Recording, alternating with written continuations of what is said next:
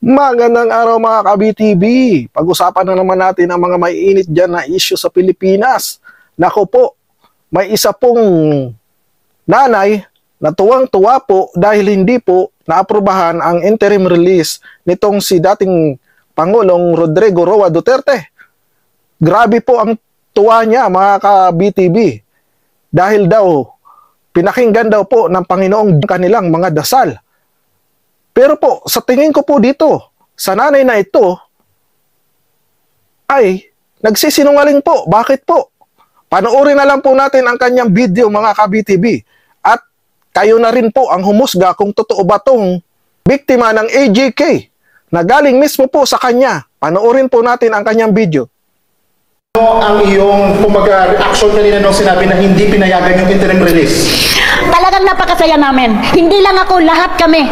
Kasi hindi siya pinayagan. Ilang bisis na siyang tinangka na palabasin. Hindi sila nagtagumpay. Bakit? Nakatunghay si God sa amin. At siya ang nagbibigay ng katarungan sa amin. Maraming salamat sa kanya. Sa birthday ng sa anak ko, kasi birthday niya. Opo. Noong 26. Thank you. Ito po yung nasawi. Ano po yung pangalan niya, ma'am? Sunny Espinosa. Nasawi siya, ma'am, ngayong araw. Ngayong anong taon, ma'am? 2016, 7 massacre. So, birthday niya ngayon. Birthday niya noong 26. Anong 26? So, Miyerkules. Oo, 26. So, parang birthday. Pa-birthday sa kanya na hindi siya nakalabas! Thank you! A few moments later. Pero paniwala ni Nanay Isabelita, posibleng may kinalaman ng frat na sinalihan ng anak sa nangyaring pamamaril. Nandahil sa prat-prat! Kaya baka tandaan yung mga kabataan! Nakita nyo na kung ano ang nangyari sa mga kabataang ito! Sana naman matauhan lahat kayo! Oh, napanood nyo na po at napakinggan nyo po mismo sa bunganga nitong si Nanay Isabelita na nang dahil daw di umano sa prat-prat kaya napahamak yung kanyang anak. Pero bakit po, Nay, isinasangkot mo sa AJK ang iyong anak na mismong sayo na nga po nang galing na dahil sa prat-prat na yan kaya nasawi ang iyong anak? Nay, matanda ka na po. Huwag ka pong magpagamit sa kasinungalingan at huwag ka pong magsinungaling.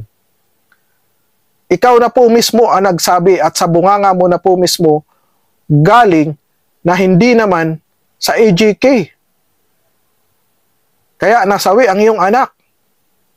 Tapos ngayon, tuwang-tuwa ka, ikaw pa talaga ang nagpa-interview. Grabe ka naman, ay. Ginagamit mo yung anak mo. At nagpapagamit ka rin sa kasinungalingan nitong mga makakaliwang grupo na to. Maawa ka naman, ay, sa anak mo. Huwag mong gamitin at huwag kang magpagamit sa kasinungalingan. At ikaw na mismo, sa bunganga mo na mismo nang galing na hindi naman po siya biktima ng AJK na sinasabi nyo. Maawa ka na sa anak mo.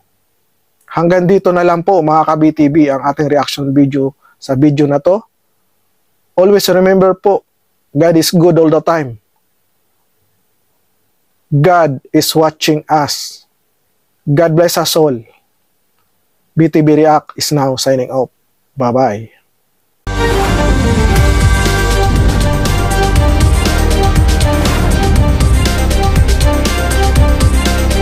Please subscribe to BTV Reacts channel and click the notification bell.